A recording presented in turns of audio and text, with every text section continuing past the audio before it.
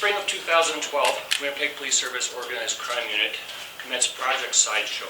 This is targeting an organized crime group that operates across Canada, importing cocaine, methamphetamine, and MDMA into Winnipeg for further distribution. The group includes the highest level of drug dealers, or drug traffickers, within Winnipeg. Over an 18-month period, police utilized court-authorized techniques to intercept communications between drug traffickers. Further authorizations were used to covertly observe, photograph, and sample their drugs. The following was observed and documented. Approximately 92 kilograms of cocaine with an estimated street value of $5 million, 3.5 kilograms of methamphetamine, estimated at about $192,000, 1 kilogram of MDMA with a street value of about $20,000, and over $4.3 million in cash. And you'll see some of the slides that are going by you are samples of these photos that were obtained at different covert operations throughout the project. There may be a couple duplicate pictures, but most of them are from separate operations. Okay, the actual amount of drugs that were traveling back and forth across the country are believed to far exceed what we actually observed and documented. Okay. Additionally, police collected evidence of money laundering, in which proceeds from the sale of illicit drugs were laundered through the use of privately owned ATMs, which were located in and around businesses within Winnipeg, one being here in front of you. On February 5th, 2014, 19 search warrants were executed and 14 individuals were arrested here in Winnipeg and in BC. The following was seized during that operation. Over $300,000 in cash, approximately 5 kilograms of cocaine, 1.5 kilograms of MDMA, 17 ounces of ketamine, 3 pounds of cannabis, 8 pounds of cutting agents, paraphernalia related to drug trafficking, 3 firearms, ammunition, and a ballistic vest, 9 vehicles, including 1 motorcycle, and 6 ATM machines, which were from 4 different locations. Okay, the following people will be facing charges in relation to this project. Ronald Baldovi, 35 years, previously of Winnipeg, now residing in Port Coquitlam, BC. Carol Banyos, 32 years of Winnipeg. Ronald Morrison, 67 years of Winnipeg. Rayon Dizon, 35 years of Winnipeg. Oliver Banyos, 36 years of Winnipeg. Philip Nguyen, 28 years of Winnipeg. Lindsay Lafreniere, 32 years of Winnipeg. Baljinder Singh, 33 years of Winnipeg.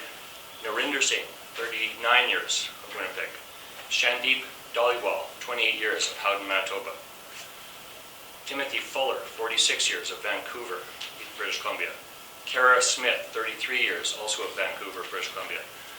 Vanessa Gillies, 27 years of Toronto. And Ryan Damala, 32 years of Winnipeg.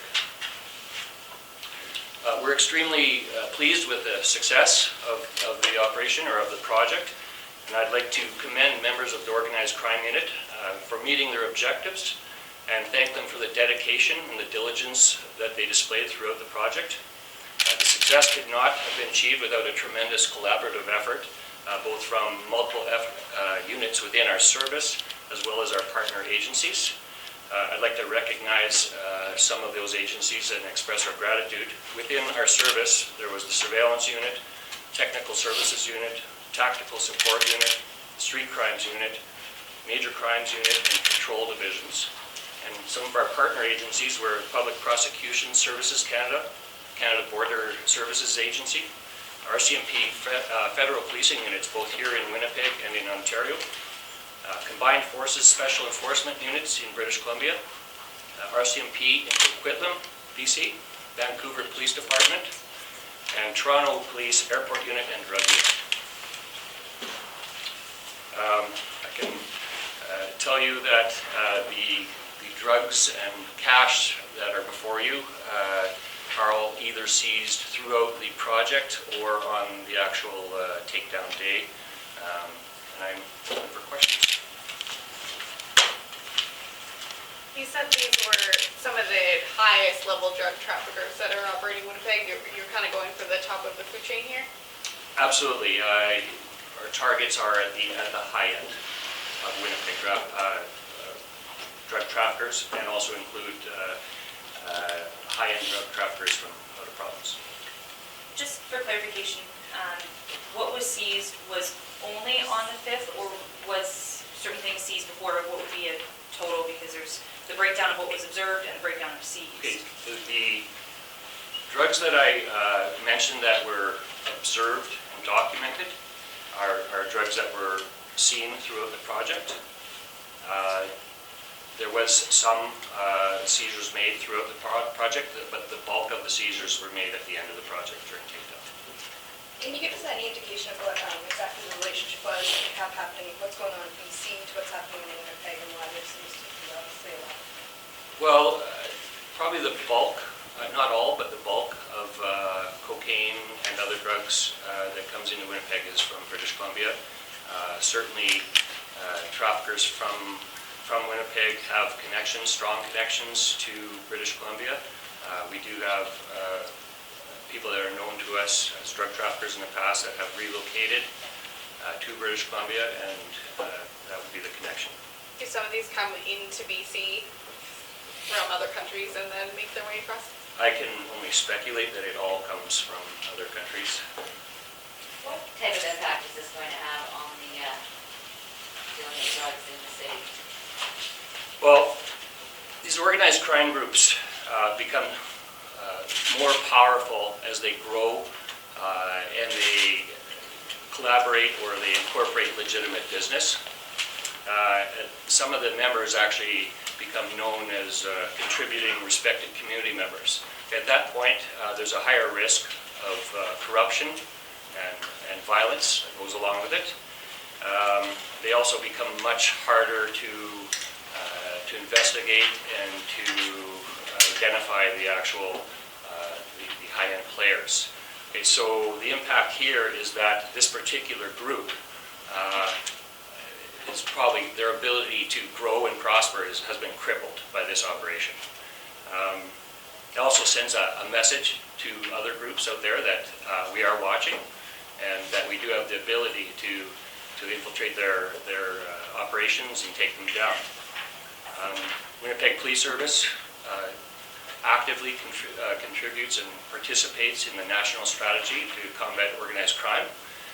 So the intelligence that's gathered through this project will be used in further investigations and will be shared with our partner agencies across the country.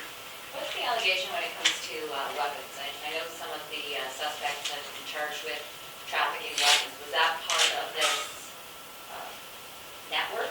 Were they not just trafficking drugs, they were also moving weapons around? I think where you see drug trafficking, you're going to find weapons. It wasn't our primary goal, but we did encounter a small number of firearms being changing hands, and then again some that were located on the takedown day.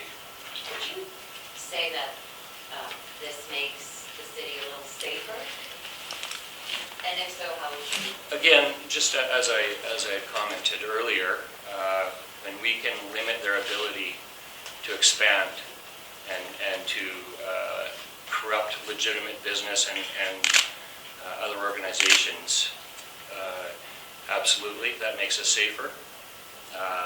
It also can eliminate some of the competition that goes on that is a source of the violence associated with organized crime.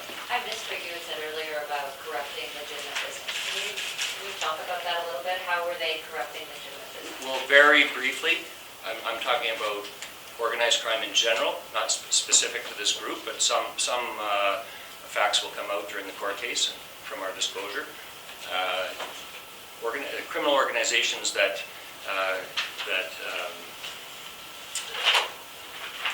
end up incorporating legitimate business gives them a better opportunity to use that legitimate business to further their organized crime. Some of the locations where the ATMs were removed are kind of from what I hear, are known to be part of the underworld, so to speak, but they weren't charged, like the owners weren't charged in this investigation. Do you believe that they had knowledge that the ATMs were being used to launder? I can't comment on the knowledge of any of the business owners. I can state that some of the ATMs were located in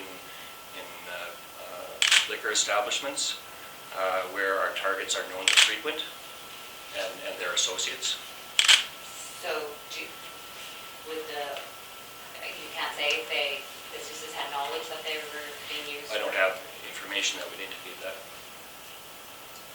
14 individuals arrested. How many more would you say are involved with this group that weren't able to be arrested? I won't give numbers, but there are more coming. How many other groups like this do you believe are working in Winnipeg? Like this? Well, I mean, organized drug traffickers. Well, there's multiple groups that are considered to be organized crime groups. They are varying levels. These would be at the higher end. There are other groups that would probably be equivalent to this group, but not a lot. These are at the top. What message do you want to send to other people who are doing the same type of thing? Again, just as I said earlier, we do have the ability to identify you, and we do have the ability to take down your organization. And we are participating actively with our partner agencies here in Manitoba and across the country to do so.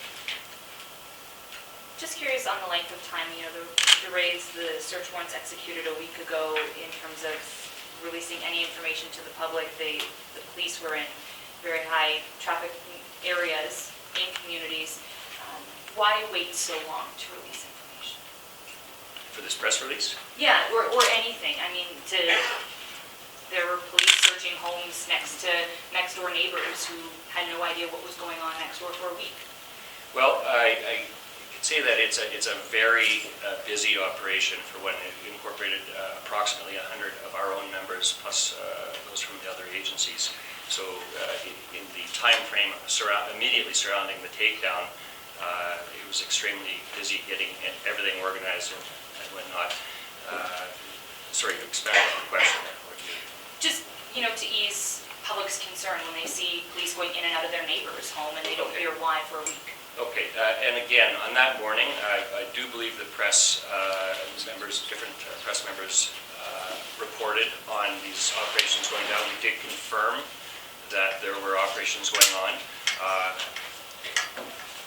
The execution of a search warrant, whether it's related to this project or any other search warrant, is done in the same manner with the same threat assessments done, the same safety precautions taken, and this was a timely time to let the information out about the actual investigation.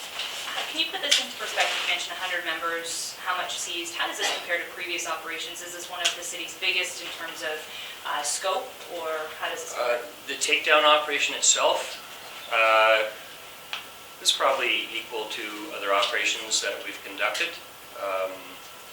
Again, a lot of strategy goes into planning them and doing them efficiently, and prioritizing your targets. As far as the scope of the project goes, this is probably, as far as I'm aware, one of the longer running investigations. And we certainly saw a greater quantity of drugs and cash changing hands throughout the project. Yeah.